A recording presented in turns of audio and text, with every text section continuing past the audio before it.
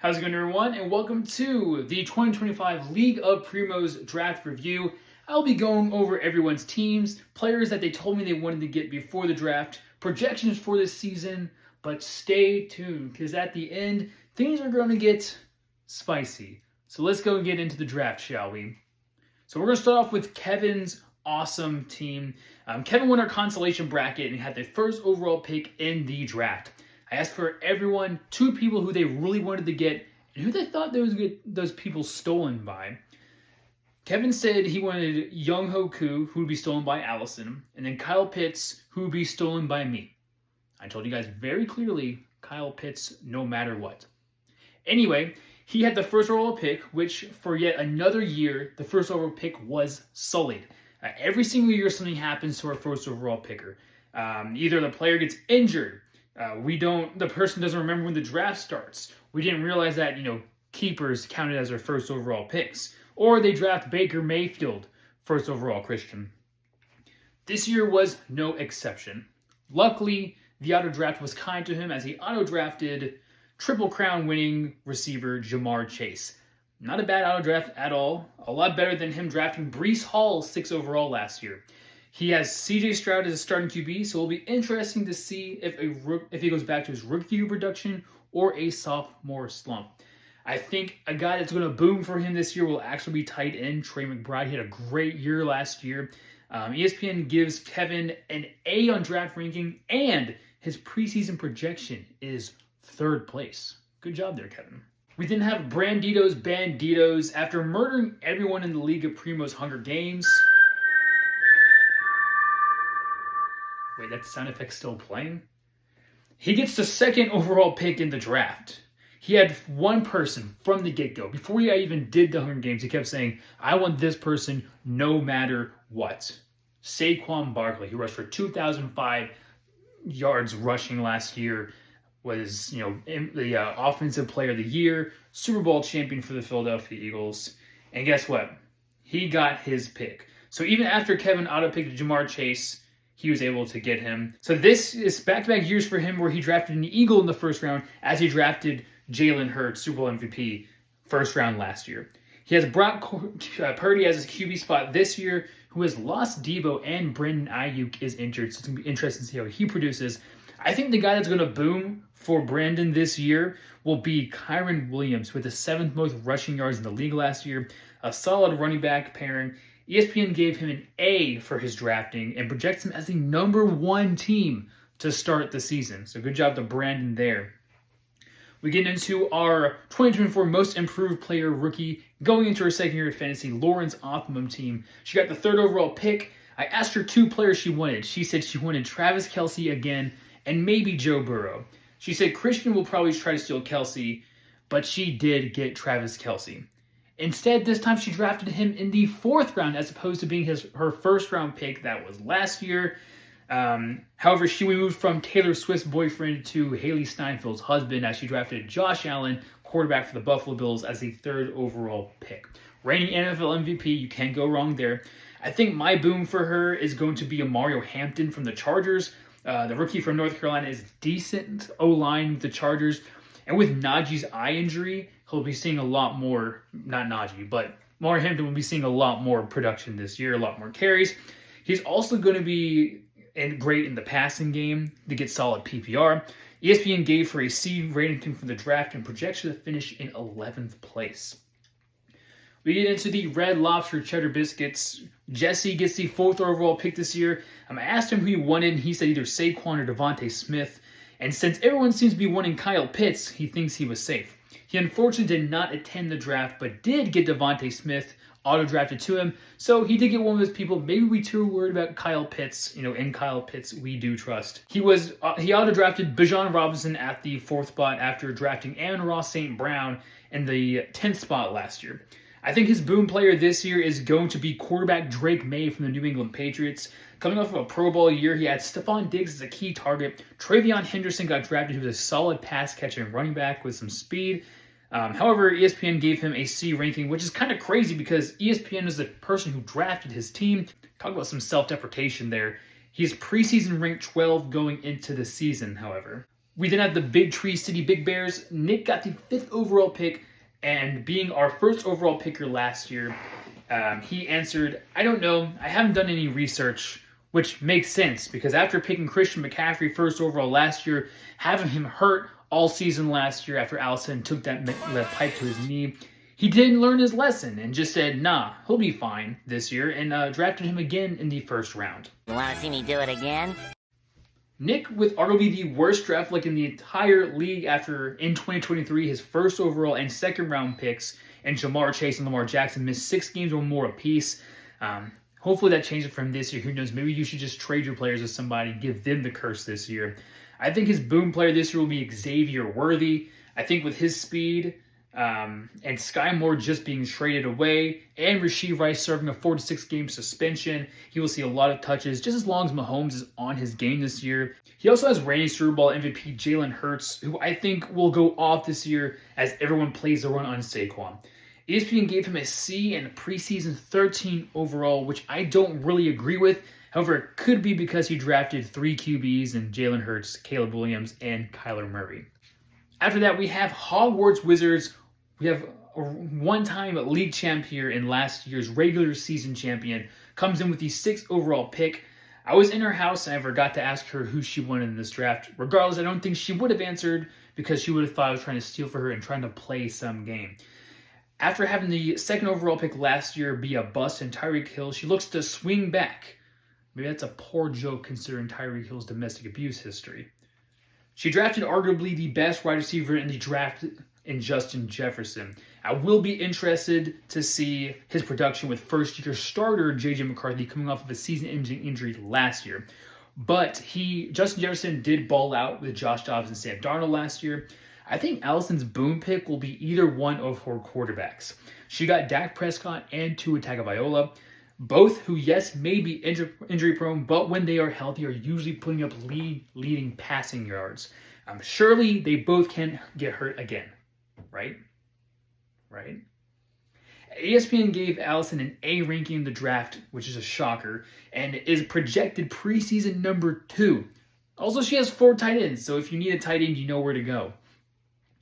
We then have my team. I put the Trash and Trash Pandas. After last year being Cleese Jumpty Dumpties, having the whole name change, I wanted Bijan Robinson, and I wanted Kyle Pitts no matter what. I already sent you guys that.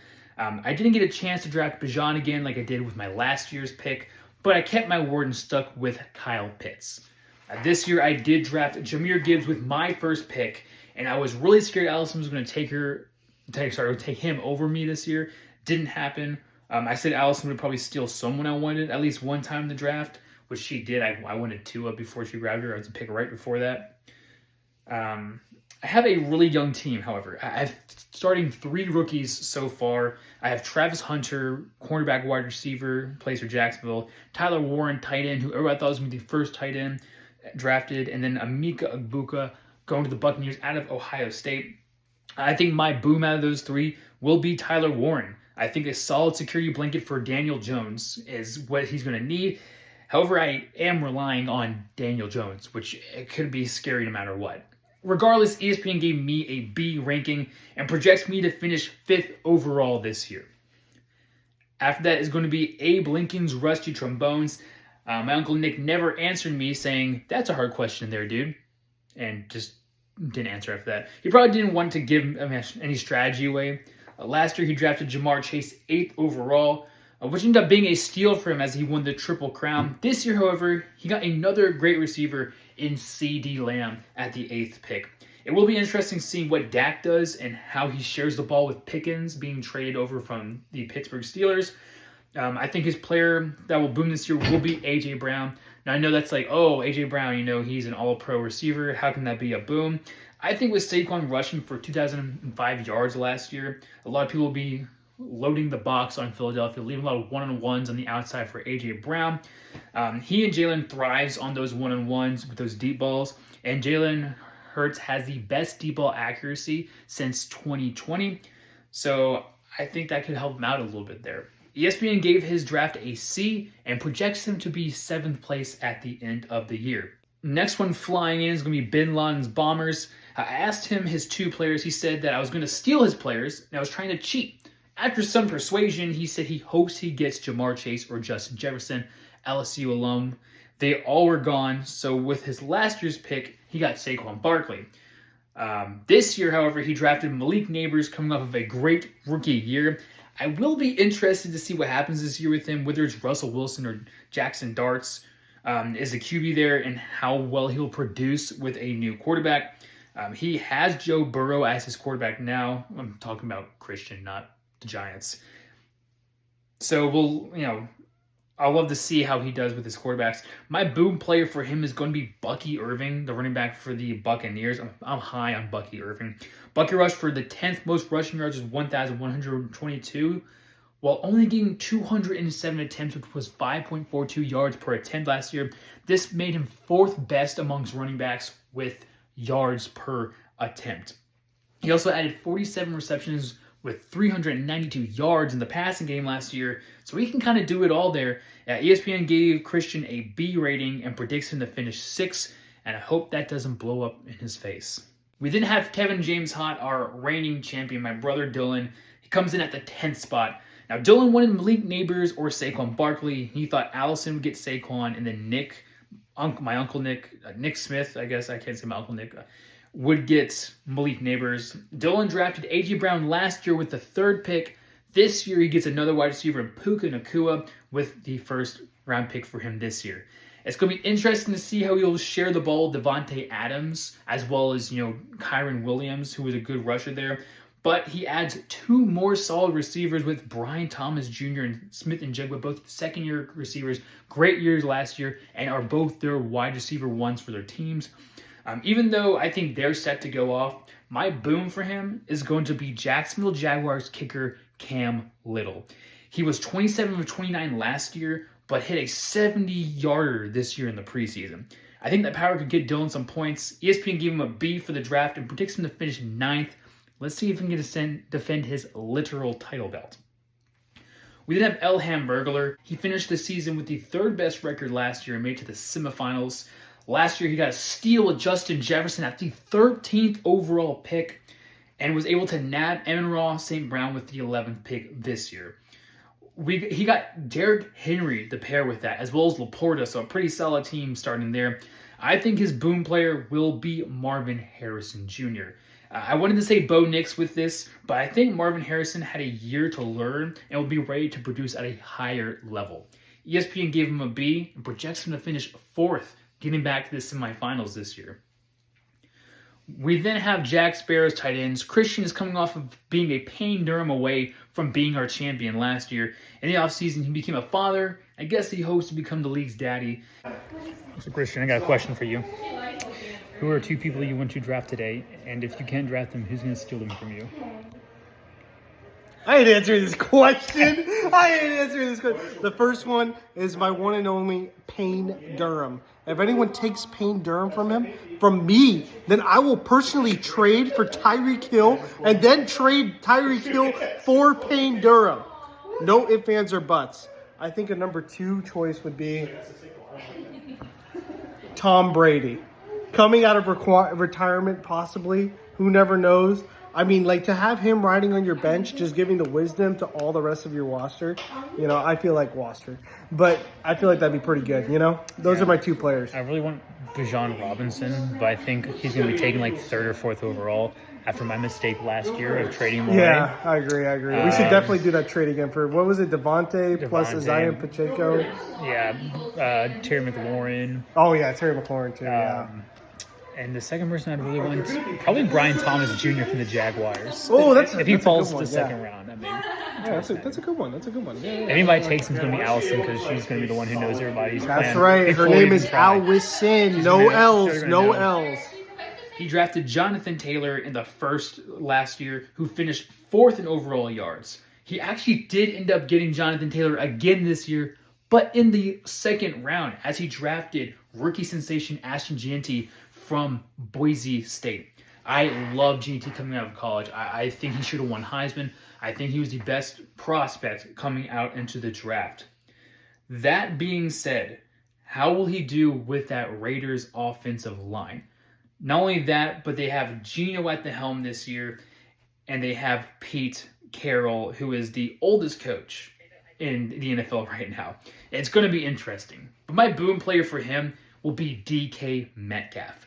DK is the wide receiver 1 with Aaron Rodgers now at the helm in Pittsburgh. No Pickens either, so he's not really sharing. Now, he may be sharing with Warren on the ground there. Who knows? I think he can do numbers this year. ESPN gave him a B and projected him to finish 8th in the year. Wait. He's already dropped a player? And is trying to claim a player off the waiver wire?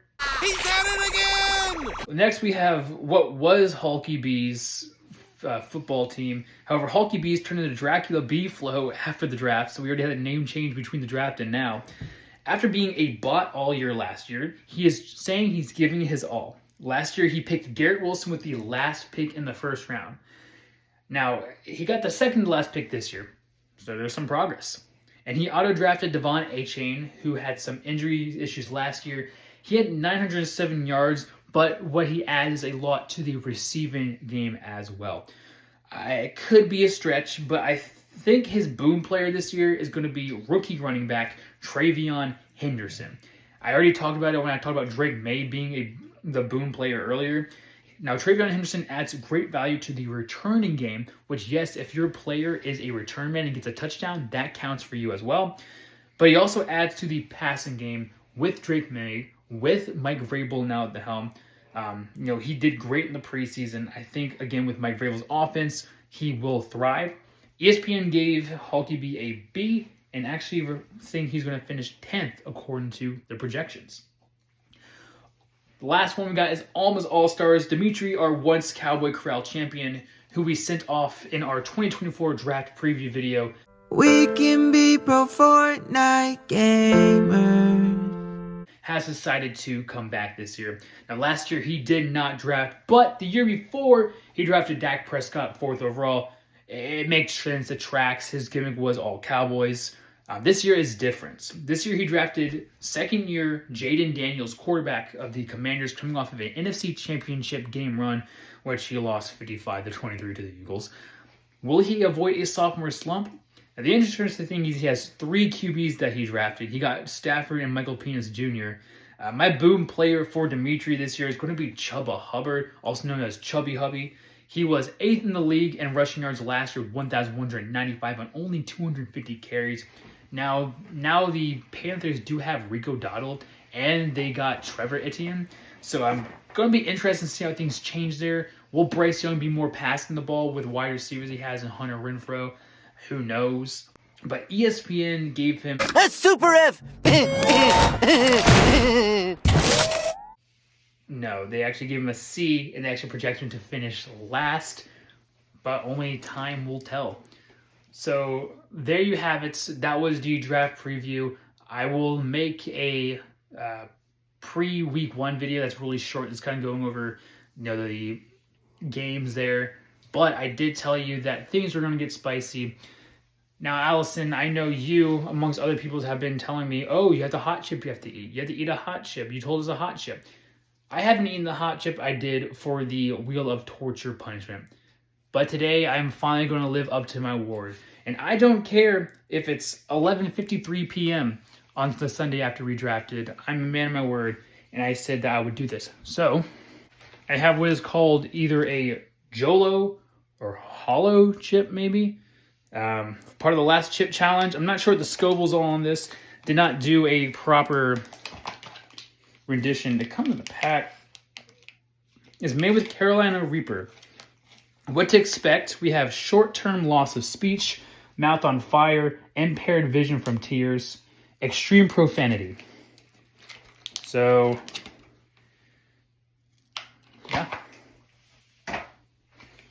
My lovely wife has decided to stay up with me to watch this. I think she just wants to see me in pain.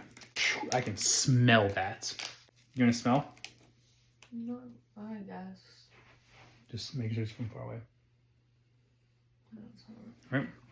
It doesn't look like it's going to be that bad. Oh, now I smell it. That's weird. I just feel like the blazing wings aren't... I've done blazing wing challenges before. I feel like it can't be that bad. Okay.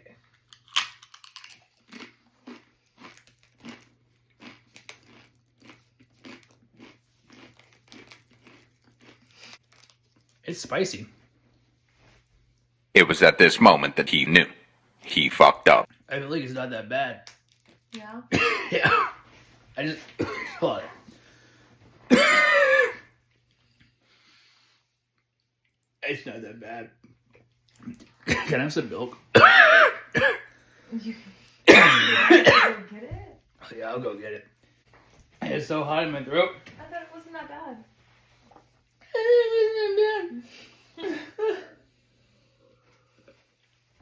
Are you happy? Ew. Oh, why did I do this to myself? This is my third glass of milk. My nose is dripping, and every time I try to breathe out my nose, I have saliva, and the saliva has this spice in it, and it really hurts. Sip on the milk instead of chugging it. Release me. Whenever I burp too, it gets spicier when I burp. And my tongue really hurts right now. I'll see you guys in the next one.